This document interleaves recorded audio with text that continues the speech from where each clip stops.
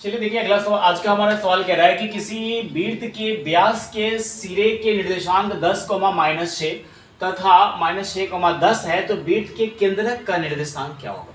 देखिए ध्यान दीजिए, यहाँ पे एक वृत्त हम बनाते हैं। इस वृत्त में सिरे का निर्देशांक, आप देखिए एक सिरा हम यहाँ मान लेते हैं, एक बिंदु हमारा ये है वृत्त का। इस दोनों पॉइंट को अगर हम मिलाते हैं तो ये पॉइंट में मान लीजिए ये ए सिरा हो गया, ये बी सिरा हो गया, कोई दिक्कत नहीं। अब देखिए इस बिंदु ए का निर्देशांक हमें दिया गया है, कितना दिया है सर, 10, -6, ठीक है। जबकि बिंदु बी का कितना हो गया, -6, 10।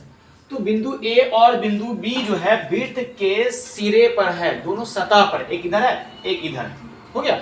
तो इस दोनों बिंदु को मिलाने वाली जो रेखा है, ये वृत्त की सबसे बड़ी रेखा यानी कि जीवा कहलाता है। और वृत्त की हम लोग जानते हैं, वृत्त की सबसे बड़ी जीवा वृत्त का व्यास कहलाता है, नहीं, सबसे बड़ी जीवा व्यास कहलाता है, व्यास कहलाता है। और इसके जो बीच में जो पॉइंट है, इस पॉइंट को हम केंद्र कहते हैं, नहीं, जिसे हम सेंटर कहते हैं। अब देखिए इस सेंटर के कोऑर्डिनेट निकालने के लिए क्या रहा है, इस सेंटर के कोऑर्डिनेट कितना होगा, एक एक्स कोऑर्डिनेट होगा, एक वाई कोऑर्डिनेट होगा। एक एक्स कोऑर्डिनेट का मान निकल के आएगा, एक वाई कोऑर्डिनेट का मान निकल के आएगा। अब ये कितना निकल के आएगा, तो वृत्त के केंद्रक के निर्देशांक निकालने के लिए कह रहा है। तो बिंदु ए और बिंदु बी के केंद्रक, ये मान लीजिए कि ओ बिंदु है, ये ओ बिंदु कहाँ है, ए बी रेखा के मध्य बिंदु में।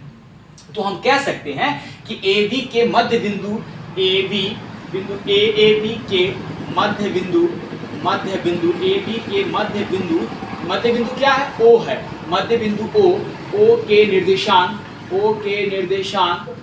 के निर्देशांक बराबर, आप लोग पढ़ चुके होंगे कि दो बिंदु के मध्य बिंदु के निर्देशांक बराबर होता है x1 + x2 बट्टा 2, y1 + y2 बट्टा 2। क्या होता है, x1 + x2 बट्टा 2, y1 + y2 बट्टा 2।